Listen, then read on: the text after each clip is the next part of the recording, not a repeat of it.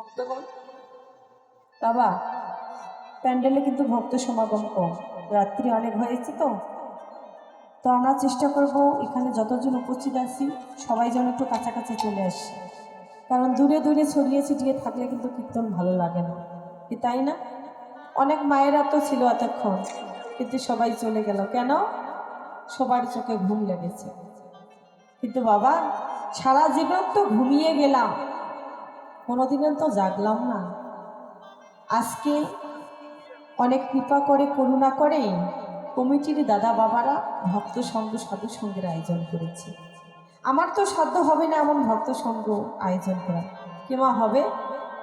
সবাই যৌথভাবে প্রচেষ্টা করে আজকে এত সুন্দর বাড়ির পাশে হরিবাসরের আয়োজন করেছে। কিন্তু দেখুন কজনা আছে গো। ওমা,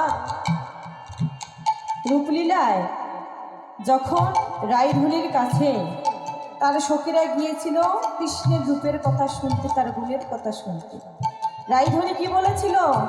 যে সখী রে, জগতে শুধু আমি নই রে, ভগবানের গুণকীর্তন পরিবেশন করার মতো অনেক ভক্ত কিন্তু জগতে আছে। কি বাবা, আছে না? কৃষ্ণ কথা বলার কত অনেক মানুষ হয়, অনেক পাখি হয়, কিন্তু জানিস সখী, কৃষ্ণ কথা শোনারও কত শোনারও মানুষ হয়। কি বাবা, আছে? দেখুন প্যান্ডেল একবারে খালি, তাই না? একদম প্যান্ডেল খালি কেন? অনেক ভালো ভালো কীর্তনিয়া চলে গেছে, আমাকে আর ভালো লাগে না, আমি অনেক ছোট তো। কিন্তু বাবা, শাস্ত্র বলছে সহজ কথা নয় রে বাবা কীর্তনিয়া হওয়া, যেমন বাঘে ছাগলে এক ঘাটে ভোজ খাওয়া, তাই না? প্যান্ডেলে অনেক বড় কীর্তনিয়া আসে, ছোট কীর্তনিয়া আসে। প্যান্ডেলের ভক্তগণ কমিটির দাদা বাবারা কি করে মা? কীর্তন শ্রবণ করে, কীর্তনিয়া যাচাই বাছাই করে। কিন্তু না গো, এটা কথা নয়। ভগবান যার বদনে যতটুকু প্রকাশ করাতে চান তার বদনে ততটুকুই কিন্তু প্রকাশিত হয়। কেননা আজকে অনেকেই আসতে চেয়েছিল, আসতে পারেনি, আবার যাদের ইচ্ছা ছিল না তারাও কিন্তু এসেছে। সব হচ্ছে ভগবানের ইচ্ছা। ভগবান যে কারে দাঁড়ায় কখনই কি করবে সেটা তিনিই জানে, আমরা কিন্তু কেউ জানি না। ওমা, কীর্তনিয়ারা যখন কীর্তন পরিবেশন করে বাইরে থেকে ভক্তরা বলে কি এই কীর্তনিয়া ভালো গাইল না, কিন্তু এটা কথা নয় গো। মূলত আসল যে কথা, মূল যে কথা সেটা হচ্ছে কি জানেন? যে আমি আজকে হরিবাসরে এলাম, আমার এলাকার দাদা ভাইয়েরা এত সুন্দর ভক্ত সঙ্গ করেছে, আমি সেখানে গেলাম, আমি কজন প্রকৃত ভক্ত সঙ্গ পেলাম, আমি কতটুকু ভক্তের চরণ ধুলি আমার মস্তকে নিতে পেলাম, আমি কতটুকু ভগবানের লীলার আস্বাদনের মতো আস্বাদন করতে পেলাম, এটাই হচ্ছে বড় কথা। কি বাবা, তাই না? কিন্তু আমরা সেটা করি না, আমরা ওই দূরে দাঁড়িয়ে বর্তমান কি করে মা ভক্তরা প্যান্ট পরে আসে, ওই পকেটে হাত দিয়ে বলে আহ এই কীর্তনিয়াটা ভালো লাগে, দাঁড়িয়ে থাকে গো।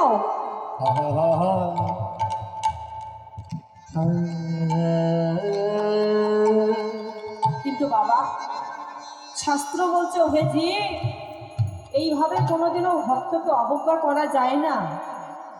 কেন? ভগবান শ্রীকৃষ্ণ বলেছে যদি কোনো ব্যক্তি আমার ভক্তর মনে আঘাত দিয়ে কথা বলে, সেই আঘাতটি ওই ভক্তকে লাগে না। কাকে লাগে গো? ওই আঘাত লাগে স্বয়ং ভগবান শ্রীকৃষ্ণকে। আর কোনো ব্যক্তি যদি এইভাবে সাধুর অপমান করে, বৈষ্ণবের অপমান করে, তবে সেটা কি হয় জানো? সেটা বৈষ্ণব অপরাধ হয়ে যায়, আর এই অপরাধের কোনো ক্ষমার যোগ্য নেই। তাই বাবা, আজকে যখন প্যান্ডেলে এসে পড়েছি, আমরা সবাই একটু কাছাকাছি আসি। আর তো 2 ঘন্টা রাত, বেশি তো নেই, 2 ঘন্টা রাত, এটুকু সময় কি ভগবানকে দেওয়া যায় না? এতক্ষণ অনেক মা বোন ছিল, কিন্তু এখন সবাই চলে যাচ্ছে। তো আজকের এই হরিবাসরে কীর্তন প্রাঙ্গণে দাঁড়িয়ে আমি অনেক কথা বললাম, দয়া করে কেউ মনে কিছু নেবেন না, ক্ষমা করে দেবেন। আর আমি সর্বপ্রথমেই আপনাদের সকলের যুগল রাঙা চরণে জানাই আমার এই ক্ষুদ্র সম্প্রদায়ের পক্ষ থেকে শত শত কোটি দণ্ডবোধ করো। জয় জয়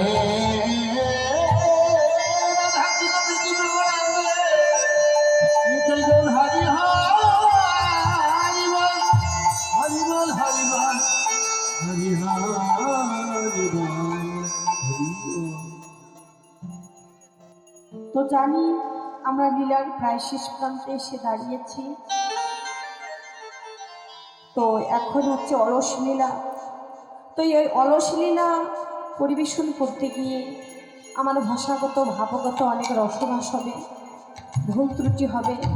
দয়া করে আমার সেই ভুল ত্রুটিগুলোকে নিজ কন্যা নিজ বোন মনে করে ক্ষমা করে দিয়ে আপনাদের সকলে জীবন রাঙা চরণে আমায় খাই দিবেন।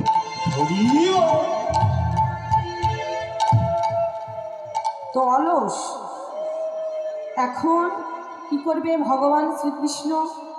রাইধনী আমার অলসে যাবে কেন? কারণ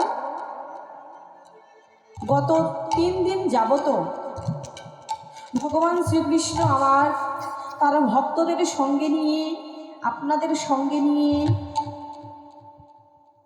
এই হরিবাসরে হরিনাম সংকীর্তন করেছে। কি বাবা করেনি?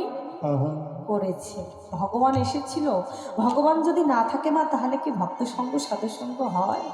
ও বাবা দেখবেন প্যান্ডেলে কিছু কিছু ভক্ত আছে কি করে জানে? তারা ঘুমের মতো করে চোখ বন্ধ করে কীর্তন কথা শ্রবণ করে। আমরা ভাবি কি মনে হয় ওই লোকটি ঘুমে আছে? না গো, ওই ভক্ত কি করে জানো মা? ওই ভক্ত সঙ্গ মাজারে এসে হরিবল হরিবল ওই নিরালায় বসে বসে তার একটা মনে এক ধ্যানে ওই গোবিন্দের লীলার আস্বাদন করে। কি বাবা, অনেক ভক্ত আছে কি বলে জানেন? যে অষ্টকালীন লীলা কীর্তন আর কত শ্রবণ করব। ওই জাগরণ, ওই রাস, ওই সূর্য পূজা, এগুলো কত আর শ্রবণ করবো, এগুলো আর ভালো লাগবে না গো। যারা ভগবানের প্রকৃত ভক্ত হয়, যারা ভগবানের প্রকৃত বন্ধু হয়, তাদের কাছে তো ভগবানের শ্রীকৃষ্ণের লীলা কোনোদিনও পুরানো হয় না গো। ওই ভক্ত যদি ভক্ত সঙ্গ মাঝারে এসে লীলারসকে আস্বাদন করার মতো আস্বাদন করিতে পারে, তবে ওই লীলা কি হয়ে জানব? ওই নিত্য নতুন ওই ভক্তের কাছে মধুর মধুর হয়ে থাকে, তাই না? যারা প্রকৃত ভক্ত ওই হরিবাসরে এসে নিজম হয়ে হরিকথা শ্রবণ করে, তাদের কাছে কোনোদিনও এই লীলা পুরানো হয় না। সেই ভক্ত যেন নিত্য নতুন ভক্তের কাছ থেকে ভগবানের লীলার আস্বাদন করতে পারে। তাই বাবা যখন এসেই পড়েছেন ভগবানের লীলারসটুকু আস্বাদন করার মতো আস্বাদন করুন, এতে পূর্ণতা আপনার। আমি তো টাকার জন্য এসেছি, কীর্তন শেষ হয়ে যাবে আমি টাকা নিয়ে চলে যাব। কিন্তু বাবা এই হরিবাসরে কমিটির দাদা বাবারা এই হরিবাসরের আয়োজন করতে গিয়ে একদিন নয় দুদিন নয় গো, মাসের পর মাস দিনের পরে দিন তারা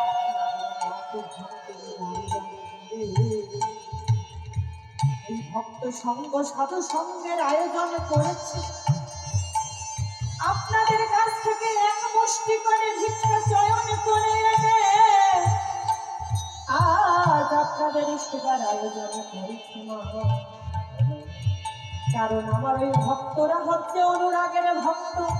অনুরাগীর ভক্ত যদি অনুরাগের ঘরে বসে ভগবানকে ভালোবাসা না যায়, তাহলে তো কোনোদিনও হৃদয়ে ভক্তি আসে না মা। এই হরিবাসরের কীর্তন যখন শেষ হয়ে যাবে, আমরা যে যার মতো ঘরে চলে যাব, কিন্তু এখানে পড়ে থাকতে কবি দাদা বাবা কালকে যখন এমন সময় তারা এখানে চলে আসে, আহা, এসে দেখবে এখানে কোনো ভক্ত নেই গো, বাহারি, শুধু প্যান্ডেল যেন খালি হয়ে পড়ে আছে। তারা যদি চেষ্টা করে শুধুতেই খালি খালি মনে হবে, তখন তারা কেঁদে কেঁদে বলবে গোবিন্দ হে, আমি কোথায় গেলে